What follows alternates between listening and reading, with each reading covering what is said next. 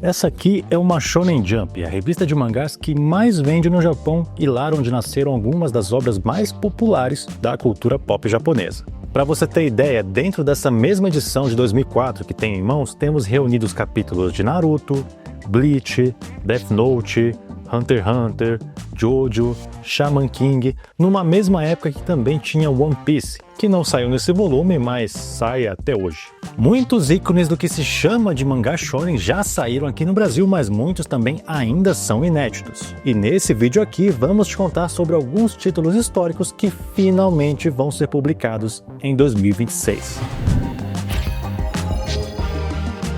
Antes de partirmos para a listinha, você sabe o que é shonen? Sem muitos rodeios, a palavra shonen significa em japonês menino. Ela é utilizada pelo mercado de mangás para rotular obras infanto-juvenis voltadas aos garotos, da segunda infância até o fim da adolescência. Significa que meninas não leem? Que adultos não leem? Claro que não, é só uma forma de definir estratégias de comunicação e vendas daquele produto. A Shonen Jump da editora Shueisha é a revista shonen com maior circulação do Japão, além de ser a revista de mangá com maior circulação do Japão. Mas temos também a Shonen Magazine da Kodansha, a Shonen Sunday da Shogakukan e várias outras. Importante destacar que, via de regra, shonen não é um gênero. Você vai ter shonen de ação, que talvez seja o mais comum, shonen de aventura, shonen de comédia, shonen de romance. Mas cada revista também seguirá seus próprios preceitos. A Shonen Jump tem como 3 pilares a amizade, o esforço e a vitória, que devem estar presentes em suas histórias. E no momento que a Shonen Jump já tinha essa tríade consolidada, começou a ser publicado esse mangá que vai sair em breve no Brasil. Dragon Quest Dai no Daiboken, ou The Adventure of Dai, a obra que uma geração de brasileiros conhece carinhosamente como Fly, o Pequeno Guerreiro.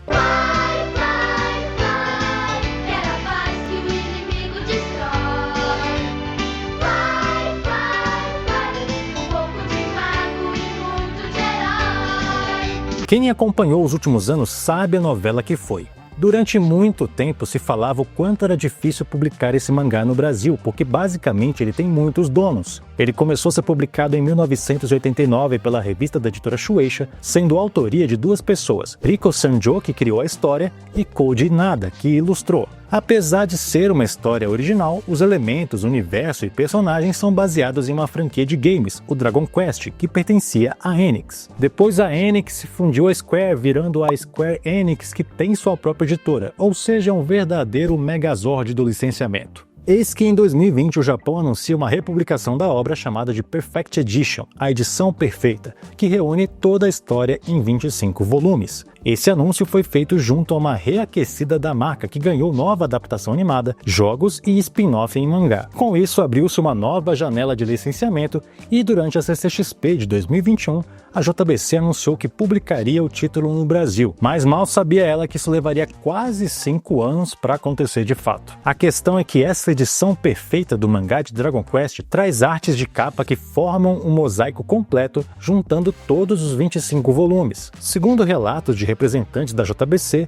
durante esses anos, tudo demorou porque os donos da marca só liberavam a publicação depois de aprovar o projeto gráfico de todas as 25 capas juntas. E se você duvida da palavra da JBC, não foi só o Brasil que ficou travado não. Países como a Itália chegaram a começar a publicação, mas logo tiveram que paralisá-la e ficaram assim por anos. O México enfrentou o mesmíssimo caso do Brasil e a representante da Panini do país afirmou em 2024 que nunca tinha visto um caso como esse. E creio que nunca me he encontrado um caso como Dragon Quest. Em dezembro de 2025, a JBC declarou que finalmente recebeu o sonhado sinal verde para começar a publicar e o primeiro volume deve chegar às lojas neste primeiro trimestre de 2026. A pré-venda pode acontecer a qualquer momento, inclusive enquanto você está assistindo esse vídeo aqui, pode ser que ela já esteja disponível. Se tiver, o link vai estar na descrição.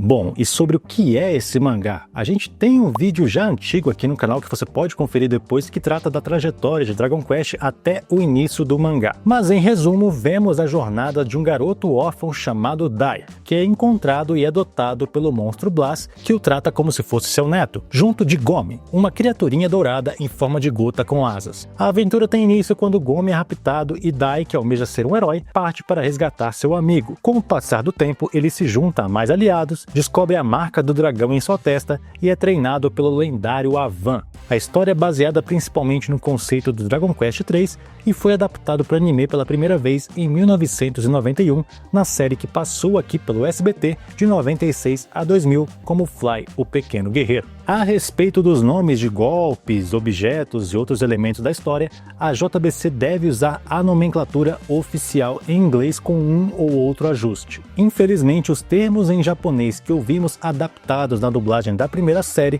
não podem ser usados no geral por determinação da própria Square Enix, que quer padronizar o negócio todo. Será? E quando falamos em autores que marcaram a Shonen Jump, é impossível não citar o nome de Tsukasa Hojo, que trabalhou por 15 anos na revista. Sua obra mais emblemática se chama City Hunter, que vendeu mais de 50 milhões de cópias e foi adaptada em diferentes mídias. O autor era inédito no Brasil até então, pelo menos no que diz respeito aos mangás. Até que a editora Pipoca Nanquim anunciou na CCXP de 2025 a publicação das duas principais obras do cara de uma vez, o próprio City Hunter e seu sucesso anterior, chamado Cat's Eye. Começando pelo mais antigo, Cat's Eye vai sair por aqui em uma edição que compila a obra em 7 volumes. Ainda não temos a data certinha que o primeiro volume vai chegar às lojas, mas sabemos que a intenção da editora é que pelo menos 3 volumes sejam publicados ao longo de 2026. A trama nos apresenta as irmãs Kisugi, Rui e Ai, que vivem uma vida dupla. De manhã, administram um café. De noite, são ladras de obras de arte com a intenção de recuperar tudo que pertencia ao pai delas, um colecionador desaparecido durante o regime nazista. O mangá virou um anime pela primeira vez em 1983 e que foi um grande sucesso também na França. Inclusive, falamos disso em um vídeo de curiosidades que você pode checar no link do card. Recentemente virou uma série live action francesa que tá na Prime Video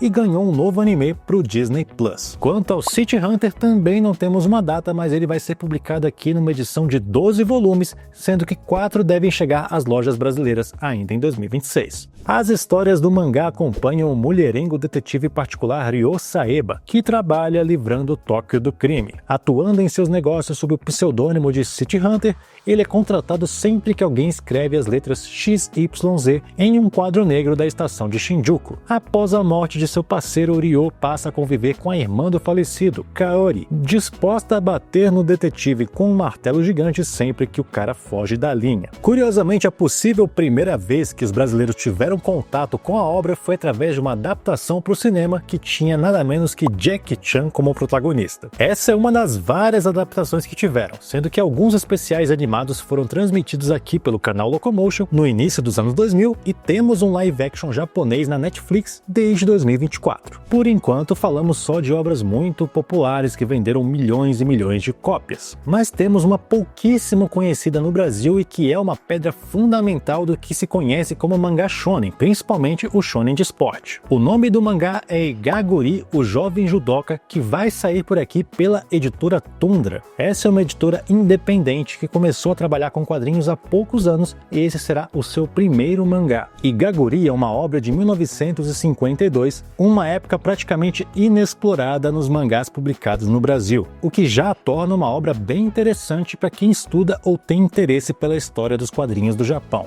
Mas vai além disso, o mangá é de autoria de Fukui Eiichi, que em sua época era o principal rival de Osamu Tezuka, aquele que se tornou o deus do mangá. Enquanto Tezuka apresentava histórias mais fantasiosas, Fukui seguia um caminho mais pé no chão, conversando com a cultura local japonesa naquele período pós-Segunda Guerra. Igaguri conta basicamente o cotidiano de um jovem judoca, chamado Igaya Kurisuke, apelidado pelos colegas de Gaguri, que significa ouriço em japonês por conta do seu cabelo. Ele é um jovem que é determinado a se esforçar em busca da superação no judô. E é justamente nessa ênfase no esforço, disciplina e crescimento moral que Igaguri marcou sua época, ajudando a definir o espírito visto em outros mangás de esporte e no shonen no geral. O próprio Tezuka reconheceu no Igaguri uma amostra de que sua posição de destaque estava, digamos, ameaçada. Infelizmente, a jornada do autor desse mangá foi curtíssima. Fukuya Eiichi faleceu em 1954, aos 33 anos, devido ao excesso de trabalho. Esse caso, inclusive, gerou uma onda de protestos de mangakas na época por melhores condições. A edição brasileira de Igaguri é baseada em uma recente edição americana que traz a obra remasterizada e inclui um dossiê histórico de mais de 80 páginas assinado por Ryan Homberg, um estudioso da história do mangá, trazendo bastante contexto para o leitor sobre a época e o peso da obra. O projeto da editora Tundra é viabilizado através do Catarse e está nos últimos dias de campanha enquanto esse vídeo aqui está estreando. Então, se você tiver interessado e tiver condições, corre lá para garantir, porque poucas cópias devem ser produzidas e depois ficará mais difícil de conseguir. O link está na descrição desse vídeo. Aproveitando, você que chegou até esse ponto do vídeo, nosso muito obrigado e um obrigado especial a todo mundo que está com a gente lá no nosso Apoia-se, que são todos esses nomes que estão aí na tela. Se você puder e quiser ajudar a gente aqui a continuar existindo, a partir de R$5 você pode contribuir. Basta acessar o link do QR Code da tela ou o endereço apoia.c/jbox que está na descrição. E se não puder, uma curtida também ajuda a gente demais e é de graça. Mas e você aí, qual destes mangás você pretende ter em mãos este ano? Tem alguma outra obra shonen que nunca veio e que você sonha como edição brasileira? Comenta aí, queremos saber. Vamos nos despedindo por aqui, até o próximo conteúdo. Valeu, falou!